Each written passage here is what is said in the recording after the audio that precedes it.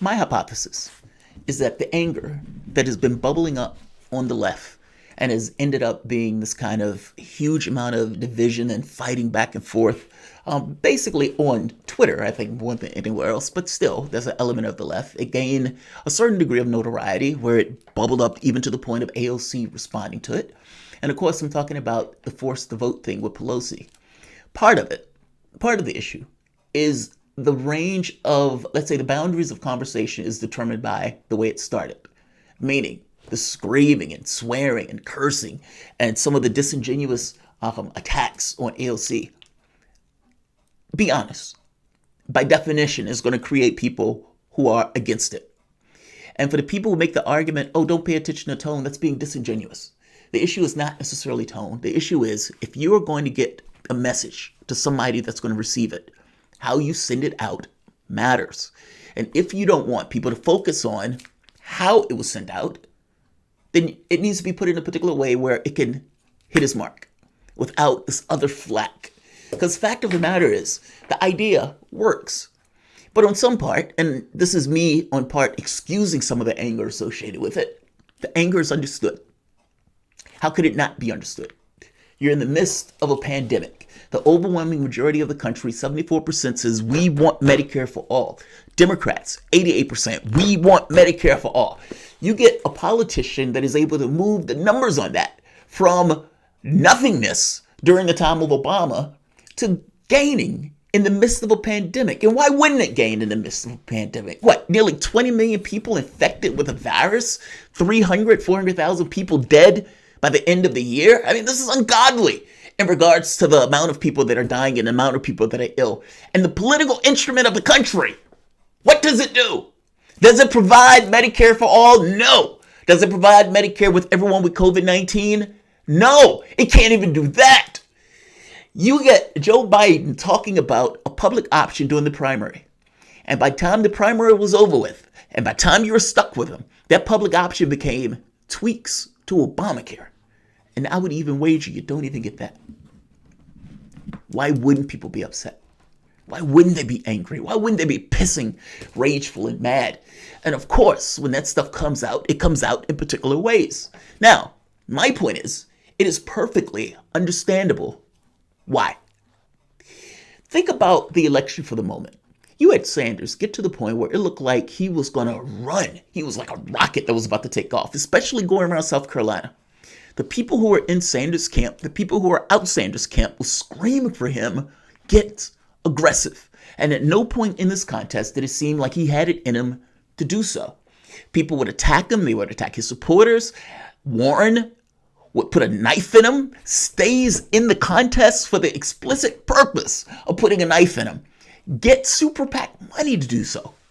I've made the point that Elizabeth Warren is the person that got Joe Biden elected more than anybody else. I'm just making the point that the party itself in its entirety collapsed in order to prevent him from getting in office. And then you get the deals that are handed out. Here, Pete, here's your position. I would imagine Klobuchar and all these other people who basically flamed out is probably going to get something out of this particular deal. Sanders, his supporters, get sidelined. More important, to make this point that much more clear, if you're looking at what the American public wants, 72% expand Social Security, 69% want the Medicare for all, 67% $15 minimum wage, 67% want to legalize marijuana, 64% want to tax extreme wealth, 64% support unions, 63% Green New Deal, 58% the elimination of student debt and free colleges. We bailed out Wall Street when it hit the skids. And in each of those situations, there was no issue with Congress dumping gobs, trillions of our dollars into Wall Street, trillions of our dollars into wars. And you have the situation where the economy hit the skids. And the best they can do is $1,200 once, and then $600 several months later, after all of these people have been at food banks, all of these people are at threat of eviction. And yeah, people in dire straits. Think of the number of retail businesses that closed up. Think of the number of restaurants. Think of the number of businesses that weren't able to basically open their doors because they were shut down due to COVID restrictions. Many of those places went belly up. Even the money that was supposed to go to many of those small businesses to keep those small businesses open went to big business. Billions of dollars, the overwhelming majority of which went to big business. Meaning the deal that they passed the first time around didn't even do the fucking job that it was supposed to do. And now, on a whim, they give a deal that they made between a few people in the darkness of night, and they just immediately want all these people to pass it. Rashid Tlaib, Tulsi Gabbard, thank you for not signing that bill. Thank you for not falling into those pressure tactics. $120 billion goes in tax breaks for business owners of the 1%. $6.3 billion tax breaks for 3 martini lunch. $4.2 billion tax breaks for offshore tax scams. $2 billion for Space Force. Another $1 billion for the wall. You even have money going into other countries. Money for Venezuela in order to topple the government of Venezuela. Money going to Israel, $500 million.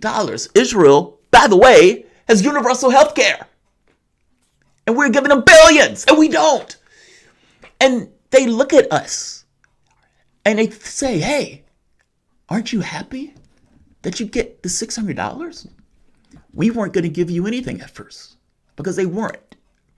Sanders and Harley went into Congress and the Senate and bitched and moaned and yelled and screamed, finally up until the point where these guys appropriated the money that they were going to give to Americans. But up to that point, they weren't going to give squat. This is how little they think of you. It's a slap in the face. This idea that any pittance that they give you, that if Congress appropriates $3, that, hey, the perfect is not the, don't let the perfect be the enemy of the good. You should be happy that you got something, right? At which point does that become ridiculous? And my argument, $600 is utterly absurd. You're not dealing with the real material concerns of the public. You're not using the treasury of the public to deal with our issues. Instead, you're funneling all of this money to all of these other places. Where's the priority here? And I think the fact of the matter is, the priority is clear. Not us. Not us. I'm going to show you a corporate Democrat that is basically arguing that the only people who have issue with this slap in the face bill, the slap in the face quote unquote stimulus that these guys are passing, are people like me, far left. That's all. Those are the only people that have issue. The people, everybody else, the comfortable types, the people who have the privilege to not give a shit about this. We're okay with this. I bet you are okay with this. Welcome to the Soapbox.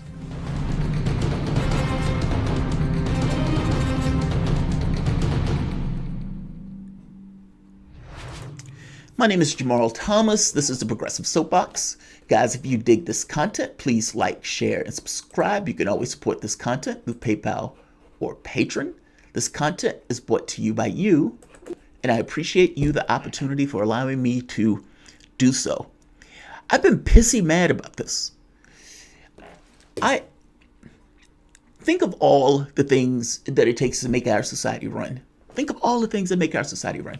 Mitt Romney may have $250 million in the bank, but Mitt Romney would never be able to buy the number of tennis shoes, the number of coffees, the number of hats, the number of shirts, clothing, cars, any of those things to keep this society running.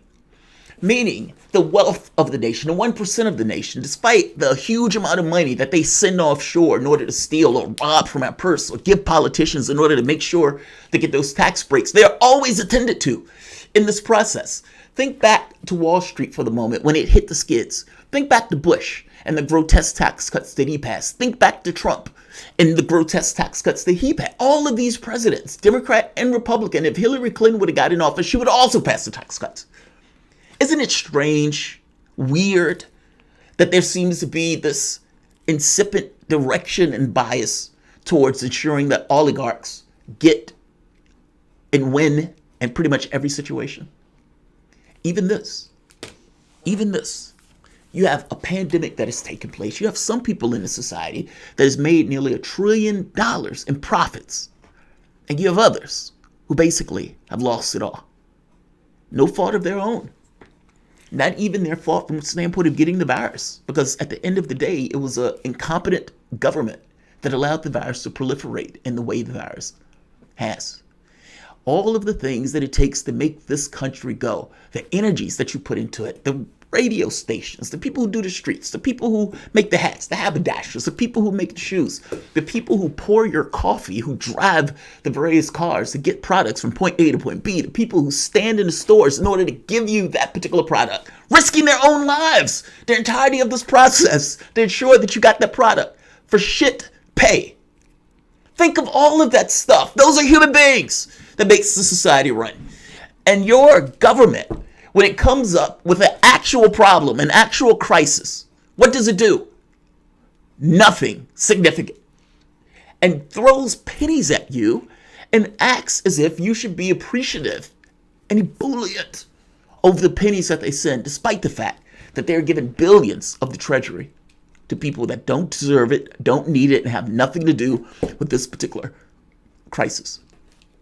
Embarrassment from Virginia, Mark Warner, Democrat, pretty much like every other Democrat.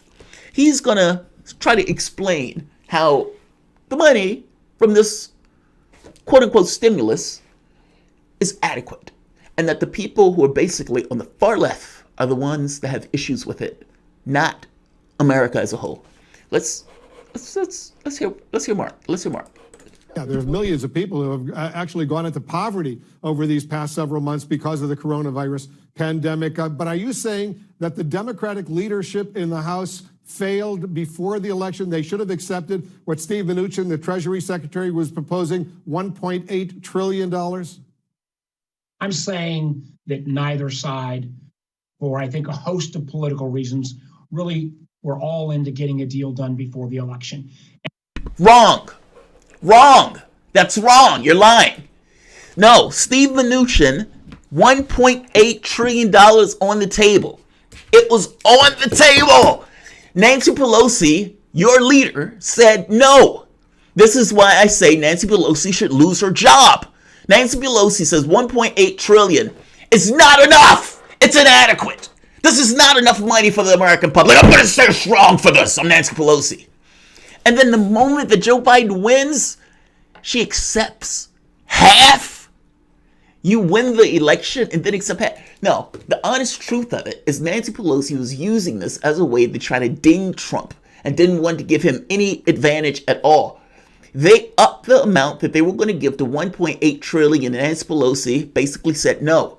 And then to turn around and accept 900 billion is absurd. For you to come to the conclusion that no, both sides weren't willing to deal is bullshit. Call it what it is. Nancy Pelosi should lose her job, and none of these people should ever get your votes. When they voted for Joe Biden, what did I say? Giving Joe Biden unconditional support is just going to incentivize Joe Biden and the Democratic Party to fuck you over. And what did they do? Fucked you over. Exactly like I said they were going to do. They didn't pass these things that was in your best interest. Joe Biden has powers and his abilities. He could come out and say, look, we're going to get Medicare for everyone with COVID-19. I don't believe in Medicare for all, but at the very least, we're going to ensure that these medical bills are something that people aren't belabored by 20 million people. It is morally right, ethically right, and honestly, legalistically, from the standpoint of policy, right. And none of these goblins, these creatures, these swamp monsters that are in Washington are for it. They don't give a shit about you. This notion of a market-based solution, utopian ideas of dealing with healthcare and whatnot, they've all failed. All of these people are injured and ill. And the best response that the Democrats in Congress can do is basically fundamentally agree with the Republicans and deny you healthcare. Literally. Deny you the funding and the mechanism necessary for you to pay for your lives, despite the fact that they've ruined your lives in the policies that this government has basically allowed, Democrats and Republicans.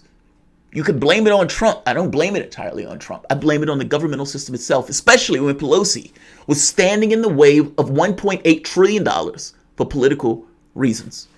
Let's let this, Mark finish. And I'm saying that thank goodness a bipartisan group of senators, and for that matter, 50 members of the House and the so-called Problem Solvers Caucus said, we cannot sit idly by while people's lives are destroyed from the economic nature of COVID, as well as the healthcare issues. We can't allow, literally hundreds of thousands of Black-owned businesses have shut down. We can't allow that kind of economic destruction to continue. So we said we're not. It's already happened. It's already happened. What are you talking about? It was happening while Nancy Pelosi kept saying 1.8 trillion is not enough. It was happening that entire time. At which point did you start caring about that? Explain to me. At which point did you start giving a shit about it? It went on for the last 6-7 months. When did you care? It didn't seem like you cared all that much in the loans themselves. It didn't seem like you gave a shit about the Black homes and businesses that went belly up back in 2008. It didn't seem like you gave a shit about any of this stuff. So at which point in this process did you begin to care about the Black businesses that you care so much about right now, that you're using as a prop to push this stupid, ridiculous surrender bill, if you want to call it that, to the oligarchs? At which point did they matter? That's the question I'm trying to get at. And I wish Wolf would have asked, when? When did you care? Did you care several months ago when the Black businesses were being denied this money from that loan thing? Did you have any capability of ensuring that the money actually went to the businesses that it went to, as opposed to just having this stuff being blind? At which point did you realize that African American businesses were being denied access to those loans or were closing at obscene rates? But now that you've basically thrown people pennies, this is the prop that you use. Just like Joe Biden using the props of Blacks who've been shot by cops to try to get into office, despite the fact that he was infinitely responsible, culpable for those laws and this mean-spiritedness that was put into our laws. When did you start caring about those Black businesses that you're using as a prop? Yeah.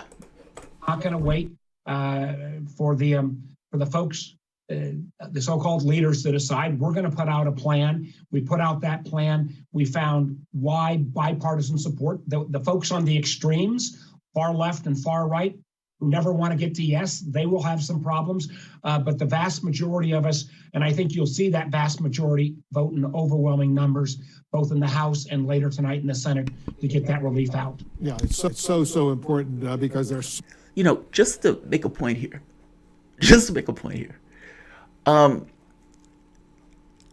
This bill was 5,000, 6,000 pages long, and they gave Congress members about 2 hours to basically read the bill and sign it. If you believe that they can adequately represent you and your responsibilities, or represent you adequately with that little bit of time to go through the bill, you've lost your mind. The only reason you would use pressure tactics like that is if you have stuff in that bill that you don't want people to find out, that you want to get passed without too much attention being delivered to it. This is the same thing that happened back in 2008 or 2007. And this is kind of what happened when these guys always have this pressure tactic. Oh, we have a pressure tactic. We need you to sign this right now, immediately. And no, there's no time to read the bill. The answer should be no. The notion that Nancy Pelosi took 7 months and then all of a sudden it needs to be done right now at this moment and there's not a moment to waste. Nonsense. Utter nonsense. These guys have a certain political philosophy and political idea that is just not in your interests. The people who they talk about, the people who they get money from, it is not in your interests. And they show it just on the things that they say and the policies that they push. I can show you the video with Nancy Pelosi saying, hey, I think this is a good deal. $600. Nancy Pelosi has $100 million. I don't know what Nancy Pelosi thinks $600 buys. This basically is a payoff in hopes that people shut up. And the belief that America is so used to getting nothing that the very pittance of this would be acceptable. That's a slap in the face. Nancy Pelosi, on principle alone, should lose her job. Let's let him finish. So many Americans, hard to believe in our country, the richest country of the world, so many Americans right now, millions, are actually food hungry. They don't have enough food to feed their kids, and they're worried about getting kicked out of their homes and becoming homeless. Hard to believe, and I'm grateful to you and your colleagues for doing what you're doing. Not perfect, but you can't let the perfect be the enemy of the good, as I keep on saying. Let me quick. That's a bullshit saying, by the way. That's a bullshit saying. That's a quip made by a wealthy person. And it always goes in line against America. Meaning they never said that statement from the standpoint of, look, we need Medicare for all because we have 20 million people that are ill or that's been affected with this virus. You have 20, 30 million people that don't have health care. So yeah, we need to do this. But insurance companies won't exist. Hey, you can't let the perfect be the enemy of the good. We got to get rid of those insurance companies. We got to do what's best for America. It's never that. It's always, hey, I know that there could be other things in this bill, like healthcare, like money for states because those states are going belly up, doing something about the rents and everything else. But hey, here's $1. Don't let the perfect be the enemy of the good. We didn't even have to give you that $1. So thank us for that $1. I mean, this is the shit that they're saying. No, don't let the perfect be the enemy of the good. That is basically a quip made by oligarchs to excuse utter and entire, I would even go so far as to say intentional, just failure. This is an embarrassing bill. Richest country on the planet. All of those other countries, whether you're talking about Australia, Canada, New Zealand, even the UK under Bojo, understood that people needed to live, and the government provided for their population. The United States told you exactly how they felt about you and the little to nothing that they've done for you. No, this is not good. Damn sure not perfect. And a quip of don't let the enemy be the perfect of the good is a slap in the goddamn face to people who are in dire, desperate straits. You're talking about 10 to 20 million people that are going to lose their homes and be evicted. Not to mention the healthcare costs, the lingering costs of people with COVID that have expanded beyond just the initial illness. You have all of these people dealing with these things with all of these additional costs that have been added to it. And yes, I understand you have a segment of the society that's comfortable and doing quite well. And Wolf is right. That aspect of society has privilege to think $600 is great. The other aspect of society knows the truth. The ones that are going to the food banks, the ones that can't pay their rents, the ones that are going to lose their house. Those are the people that know the truth of this bill. And the people who are supposed to be representing those people should have voted no on this bill. Like, share, and subscribe. Thanks all. Oh, wait, we have a chat.